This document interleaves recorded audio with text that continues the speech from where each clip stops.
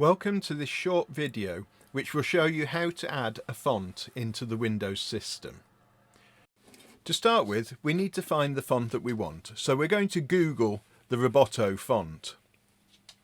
Once Google brings up its results, we'll select the top one, and as the font is there, we just click to download the font family.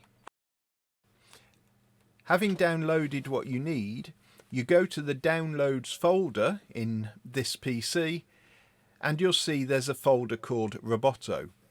When you double click on that, it will open up the zip file.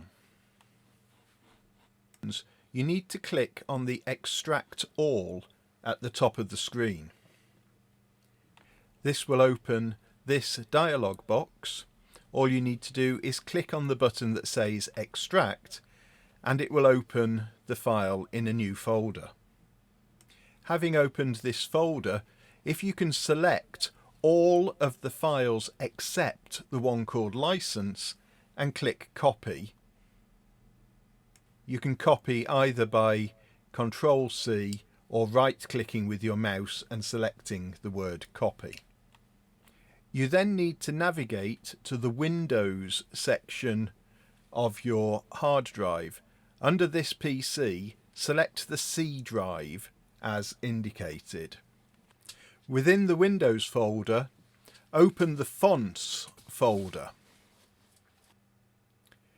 Once you've opened the Fonts folder, just click anywhere in the white, right-click and select Paste. This will put your font into that folder and install it to your machine. Once you've done this, you can open Word, drop down the fonts and scroll all the way down, in this case to Roboto, and then you'll find yourself able to type in the new font. Repeat this for any other fonts you need to install. The font is then available to all Windows programs.